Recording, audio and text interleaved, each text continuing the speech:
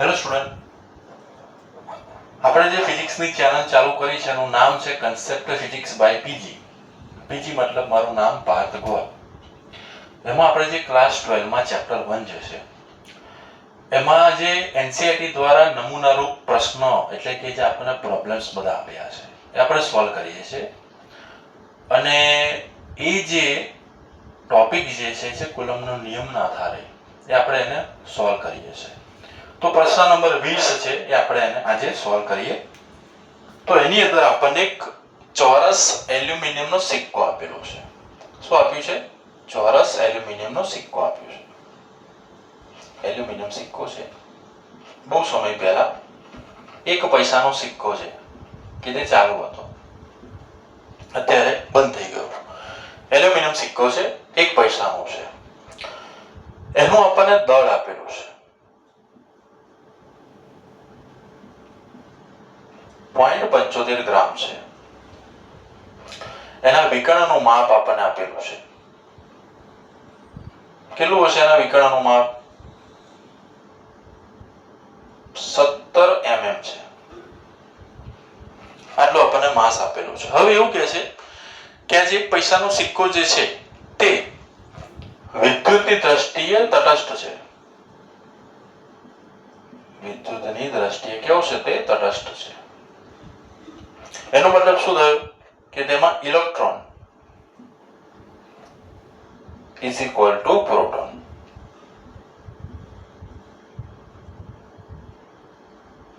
એટલે કે જેટલા ઇલેક્ટ્રોન હશે એટલા જ પ્રોટોન હશે. તો હવે આપણને શોધવાનું કહ્યું છે કે તેમાં રહેલો વિદ્યુત ભાર શોધો. ઇલેક્ટ્રોન અને પ્રોટોનમાં કેટલો વિદ્યુત ભાર ભેગો થાય એ શોધવાનું છે. તો એના માટે આપણે અહીંયા એક ફોર્મ્યુલા ખબર છે, Q બરાબર N * E. એ શું છે?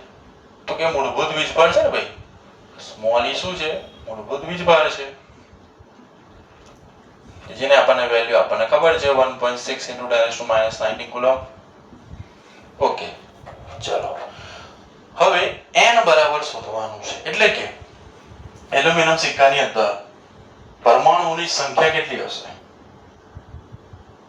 તો એના માટે જુઓ, સૌપ્રથમ આપણે અહીંયા લખીએ છીએ આપેલી વિગતો. દળ આપ્યું છે 0.75 ગ્રામ. બીજું શું જોઈએ મારે? તો મારે એલ્યુમિનિયમનો પરમાણુ દળ જોઈએ. એલ્યુમિનિયમનો પરમાણુ દળ, એને આપણે કહીશું કેપિટલ M કહી દઈએ અને આપણે કહીએ સ્મોલ m કહીશું. તો પરમાણુ દળ એની વેલ્યુ આપણને આપી છે 26.98 ગ્રામ. એનો મતલબ શું થયો ખબર છે કે 26.98 ગ્રામ એલ્યુમિનિયમની અંદર પરમાણુની સંખ્યા કેટલી હશે? તો કેટલી હશે?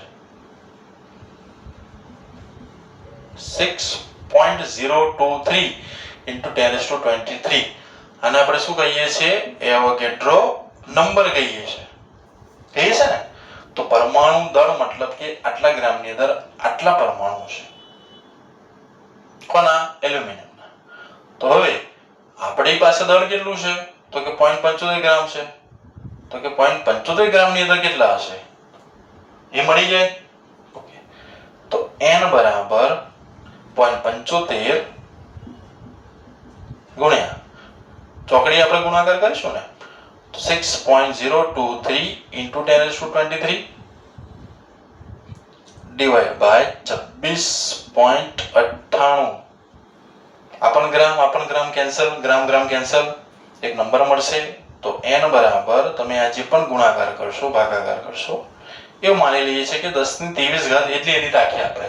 ગુણાકાર ભાગાકાર કર્યા પછી આન્સરમાં થોડું વેરિએશન આવશે, બહુ નહીં આવે. તો સંખ્યા આપણને કેટલી મળી અહીંયા? 10⁻23 જેટલા પરમાણુઓ એલ્યુમિનિયમ સિક્કાની અંદર હશે. હવે બીજી એક વસ્તુ છે, એલ્યુમિનિયમનો પરમાણુ ક્રમાંક જોવાનો છે.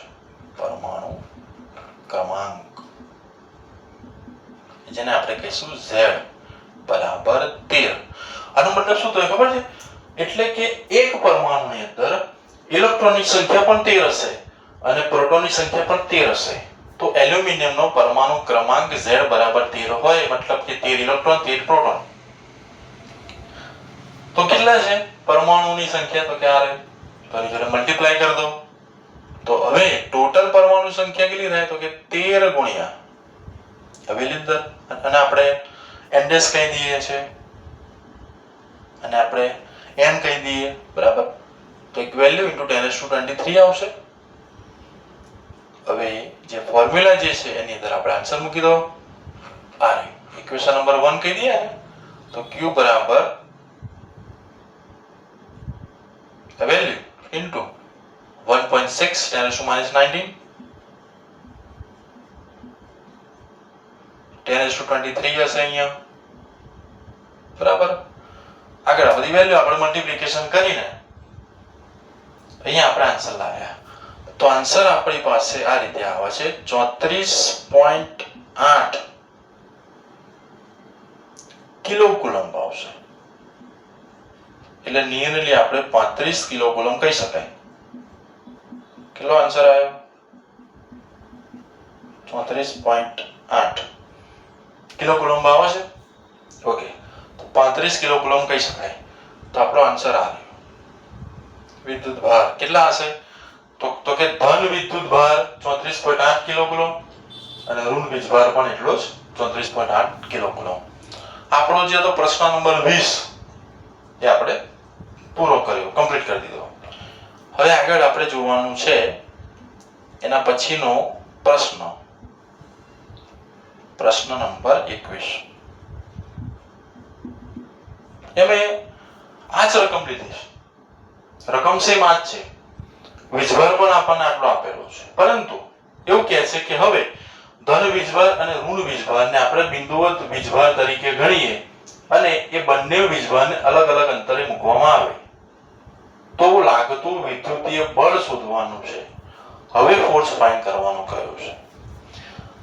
તો બંને વિદ્યુત ભારને આપણે બિંદુવત વિદ્યુત ભાર તરીકે ગણીને પહેલું 1 સેન્ટીમીટર જેટલા અંતરે મૂકો, એટલે 10⁻² મીટર થાય. આટલા અંતરે મૂકવાનું છે. હવે નંબર 2 કે તમે એને 100 મીટર જેટલા અંતરે મૂકો, બંને વીજભારને 100 મીટર જેટલા. એટલે કેટલું થયું? તો કે આપણને ખ્યાલ આવે કે ભાઈ એક ઇમારતની ઊંચાઈ જેટલું થયું.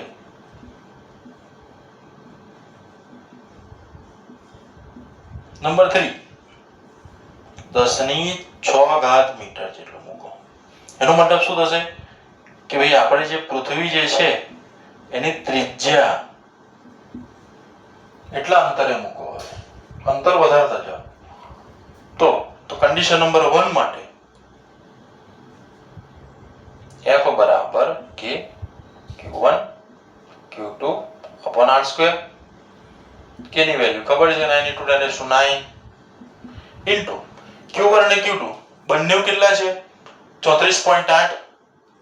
તો અહીંયા આપણે મૂકી દઈશું 34.8 કિલો કુલમ્બ. એનો સ્ક્વેર થશે અહીંયા ડિવાઇડ બાય R², 10⁻². એનો સ્ક્વેર થશે.